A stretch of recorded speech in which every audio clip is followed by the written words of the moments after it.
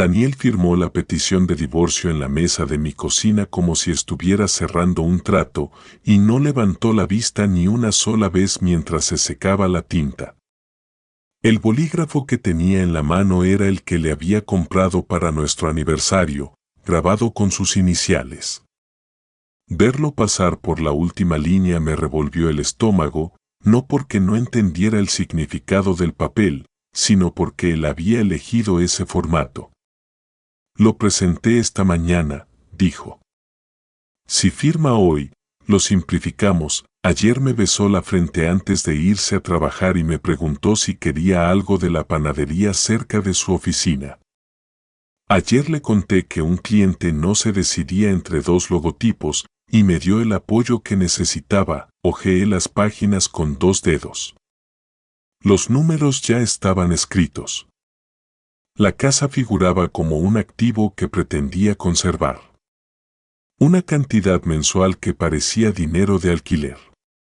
Una nota sobre ingresos complementarios a mi nombre, como si mi negocio fuera un pasatiempo secundario entre lavados. Decidiste que soy dependiente, dije. Daniel se recostó, tranquilo e irritado, como solía hacerlo cuando alguien interrumpía sus pensamientos. Olivia, no montes una escena, se me hizo un nudo en la garganta. Está esperando en el coche. Su mandíbula se flexionó. ¿Quién? No dije Mara. No hacía falta. Su mirada se desvió hacia el pasillo como un reflejo y el aire de la habitación cambió. No está aquí, dijo. Si es eso lo que preguntas, no es eso lo que pregunto, respondí y escuché lo firme que sonaba mi voz, como si mi cuerpo hubiera decidido que el SOC era un lujo. Su teléfono vibró en algún lugar del piso de arriba. Se levantó demasiado rápido, intentando cogerlo. Si firmas, repitió, ahora más suave, podemos mantener esto en privado. Sin dramas. Sin líos públicos, privado significaba controlado. Significaba que él podía contarle a la gente una historia clara, con decisión y sensatez, y yo era la esposa emocional que no podía con la realidad. Miré la línea en blanco donde debía estar mi firma y comprendí lo que realmente me estaba pidiendo. Aún no me estaba pidiendo que aceptara, él me estaba pidiendo que desapareciera. Mientras caminaba hacia las escaleras, pasó rozando la foto enmarcada de nuestro 10º aniversario, aquella en la que su brazo me rodeaba la cintura y su sonrisa parecía espontánea. Su hombro ni siquiera se detuvo, oí cajones abriéndose en el piso de arriba. Perchas haciendo clic. El sonido era normal, lo que lo hacía obsceno. Lo seguí hasta la mitad del camino, deteniéndome en el último escalón. ¿A dónde vas? No se dio la vuelta. Un hotel por unas noches. Luego buscaré algo más largo. Ya lo habías descubierto, dije, y odié que mi voz quisiera quebrarse. Hizo una pausa, no con remordimiento, sino con impaciencia. No puedo tener esta conversación de 5 maneras diferentes. Firma los papeles. Ambos seguiremos adelante. Seguir adelante significaba poder conservar mi casa, mis rutinas, mi dignidad y decir que habíamos terminado con eso. Arriba, su teléfono volvió a vibrar. Contestó sin bajar la voz, como si mi presencia ya no requiriera educación. Ahora no, dijo bruscamente. Luego, con más suavidad, casi con dulzura, lo sé.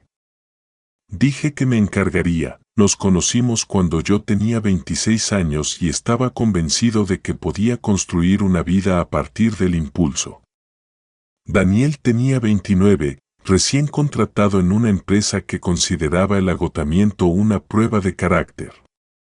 Buscaba un ascenso con el mismo enfoque que me dedicó en aquellos primeros años, como si ganar mi atención fuera parte de su ascenso. En aquel entonces, me escuchaba. Recordaba mi restaurante favorito y el nombre de mi perro de la infancia.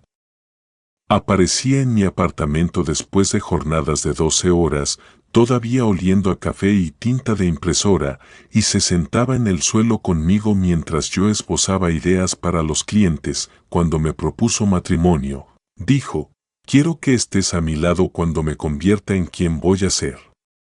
Escuché devoción. No escuché la suposición de que mi trabajo consistía en adaptarme a su ambición. Creé mi negocio de diseño lentamente porque me permitía ser flexible. La flexibilidad se convirtió en expectativas. Cuando su horario se amplió, me adapté sin discutir. Cuando compramos la casa con las ventanas grandes, aprendí que tablas del pasillo crujían para no despertarlo. Me dije a mí misma que eso era una colaboración, las señales de alerta no eran fuertes. Eran ediciones. Empezó a corregir mis historias delante de mis amigos con una sonrisa. Eso no fue lo que pasó, decía, y todos se reían, y yo también porque no quería parecer sensible. Empezó a describir mi trabajo como un accesorio encantador. Qué bonito que puedas hacer eso desde casa, me dijo una vez, como un elogio. Lo escuché más tarde, a solas, y sentí una opresión en el pecho. Mara llegó hace 2 años después de que su anterior asistente renunciara. Daniel la mencionó como mencionaba el nuevo software. Es eficiente, dijo. Evita que mi agenda se colapse. La conocí en la fiesta navideña de la empresa. Me estrechó la mano con ambas manos, cálida y deliberada. Olivia, dijo, alargando mi nombre. Daniel habla de ti constantemente. Daniel estaba de pie junto a ella, sonriendo, sin mirarme. Su atención se mantuvo fija en su rostro mientras ella hablaba, como si fuera ella a quien necesitaba tranquilizar. De camino a casa pregunté con cuidado, ¿por qué diría eso? Se rió, con desdén. Porque se le da bien la gente. No le des más vueltas, pero sí leí algo al respecto, porque de repente su teléfono nunca salió de su bolsillo, sus duchas se hicieron más largas y su calendario se volvió confidencial, como si fuera un chiste. La primera vez que le pregunté si pasaba algo, me miró como si lo hubiera acusado de robo. Estoy agotado, dijo. No puedo con esta inseguridad, me disculpé, no porque le creyera, sino porque quería que nuestra casa permaneciera intacta. Ahora, con la petición frente a mí, vi esa disculpa por lo que era, no era paz. Fue un entrenamiento, no firmé. Tampoco rompí los papeles. Los dejé sobre la mesa, entre nosotros, como prueba. ¿Qué le dijiste?, pregunté. Daniel frunció el ceño, fingiendo confusión. ¿Quién? ¿Olivia? Mara, dije. El nombre me pareció íntimo y vulgar. Él asintió, aliviado de que le permitiera dar detalles. Le dije que iba a terminar contigo. Que llevábamos mucho tiempo separados emocionalmente. Pensé en cada noche que me daba la espalda en la cama y lo llamaba estrés. Me hiciste sonar como un fantasma, dije. Se inclinó hacia adelante, dispuesto a negociar. No te hice nada. Ambos sabemos que este matrimonio no ha funcionado. Puse las manos planas sobre la mesa para que no temblaran. ¿Cuánto tiempo lleva con esto? Apretó la boca.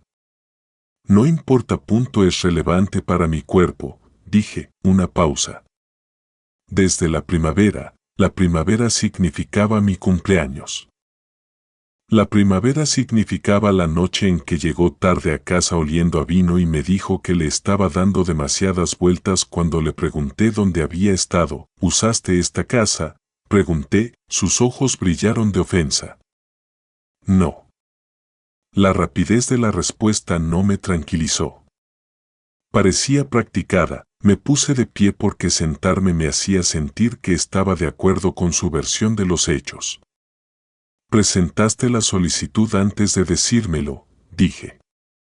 Así que ya lo planeaste. Ya lo cambiaste todo. Su mirada se agudizó. No actúes como si quisiera arruinarte, No puedo acceder a nuestras cuentas, dije. Su rostro cambió, lo justo para confirmarlo. Actualicé los permisos de seguridad. La situación es inestable. Has estado muy sensible. La frase me cayó como una bofetada disfrazada de preocupación. Me dejaste fuera de mi propia vida, dije. Intento mantener esto limpio, espetó.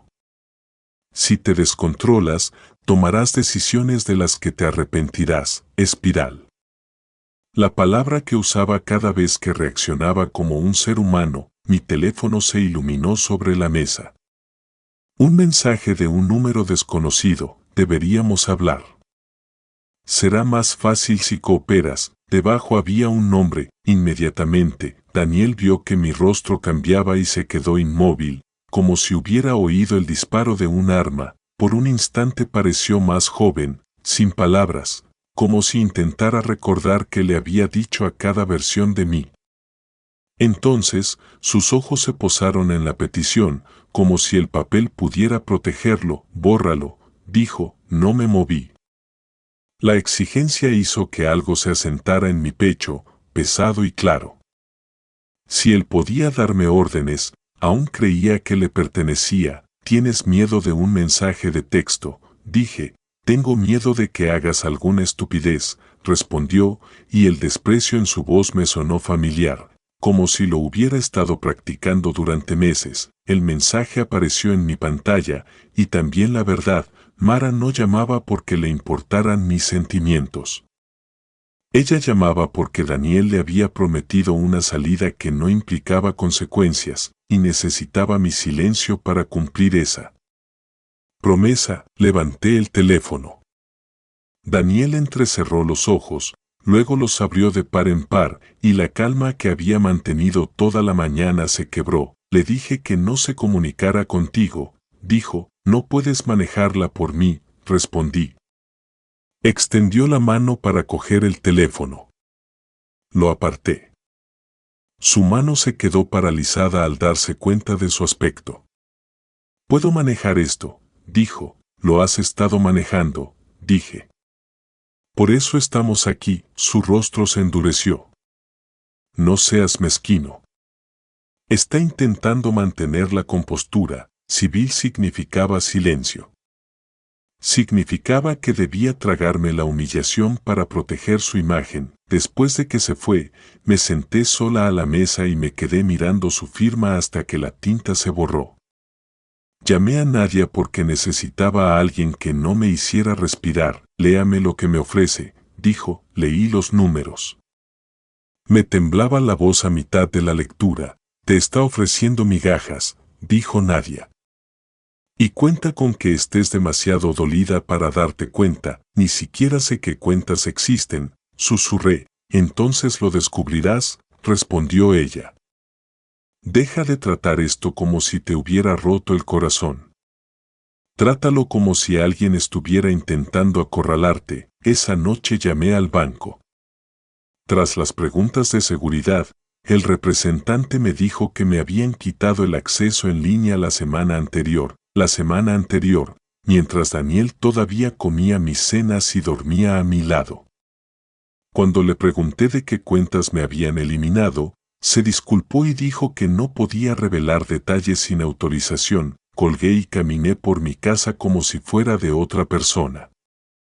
Los muebles eran nuestros, pero de repente no podía distinguir qué partes de mi vida eran propiedad sentimental y cuáles eran ficción legal. 2 días después, un mensajero entregó una notificación judicial.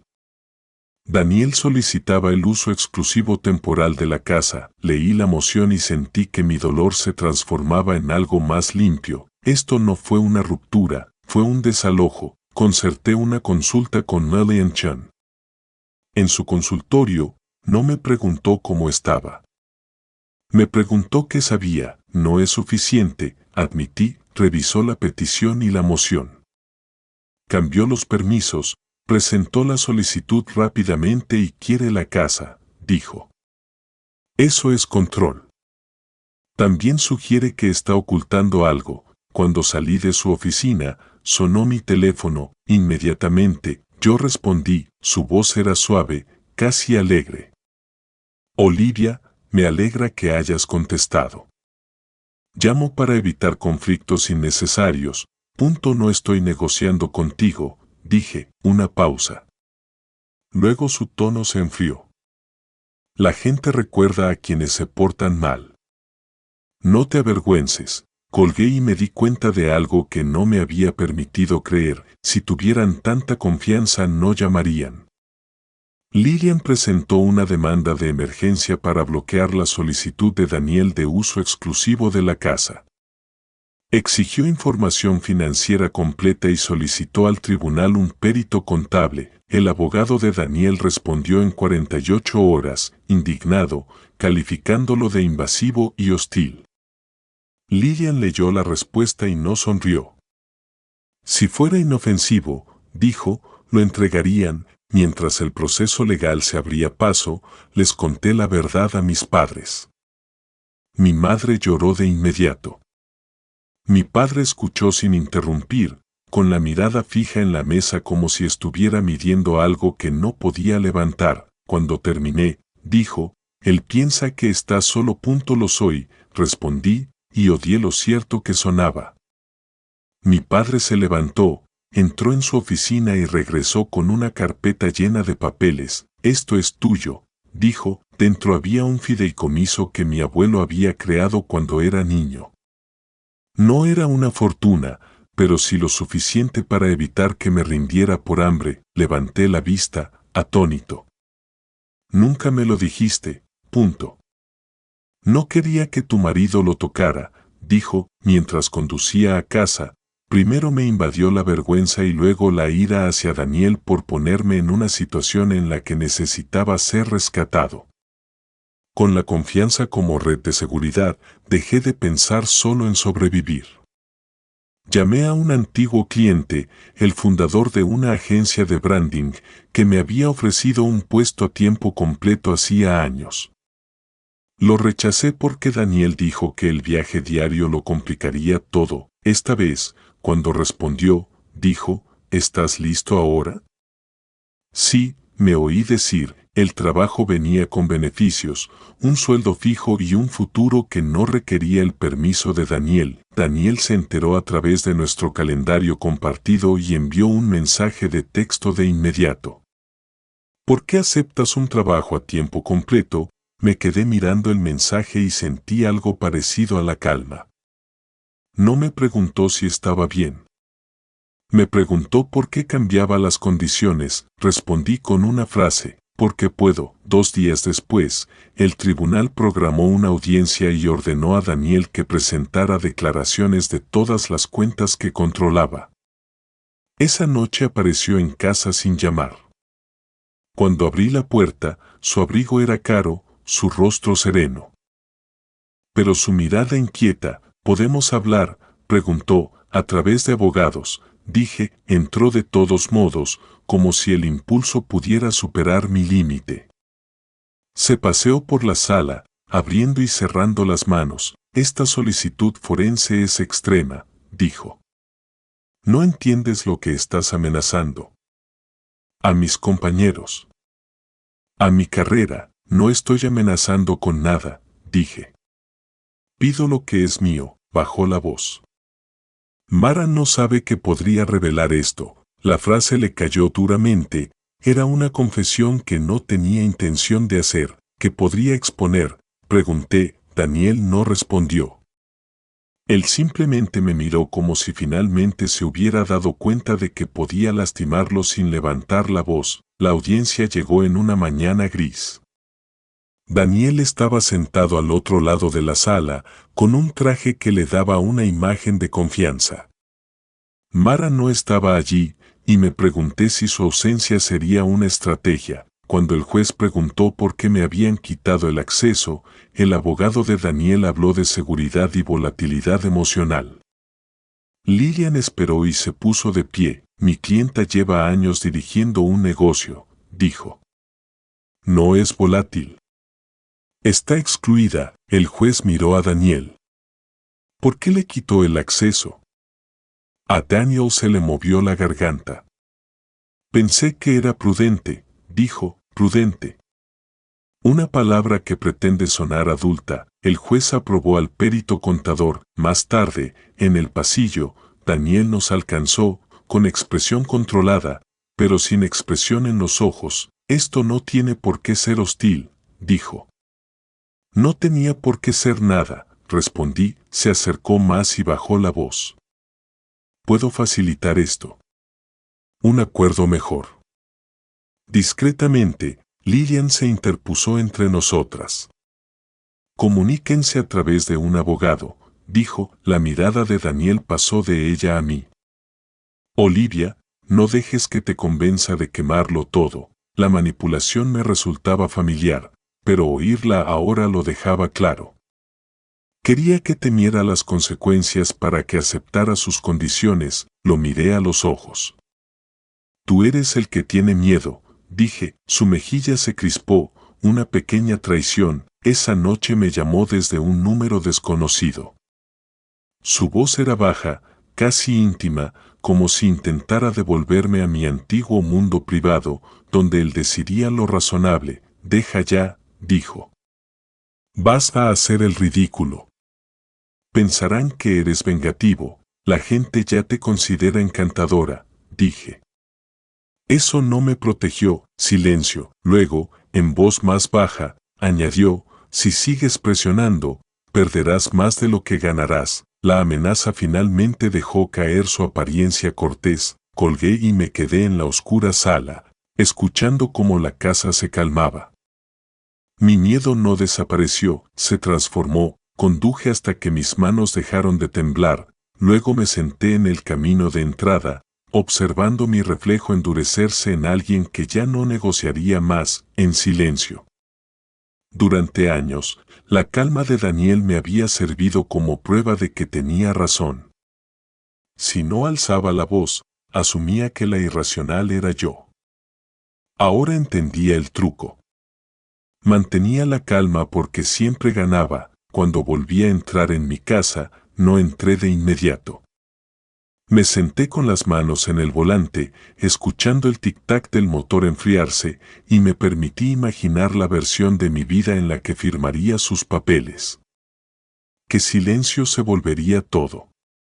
Qué rápido dejarían de usar mi nombre en las habitaciones a las que solía pertenecer. Entré y abrí mi portátil, no para llorar en una barra de búsqueda, sino para organizarme. Imprimí correos. Le envié capturas de pantalla a Lilian. Anoté fechas, horas, frases, cómo se movían los ojos de Daniel cuando mentía. Si Daniel me estaba amenazando, significaba que la verdad era lo suficientemente real como para asustarlo.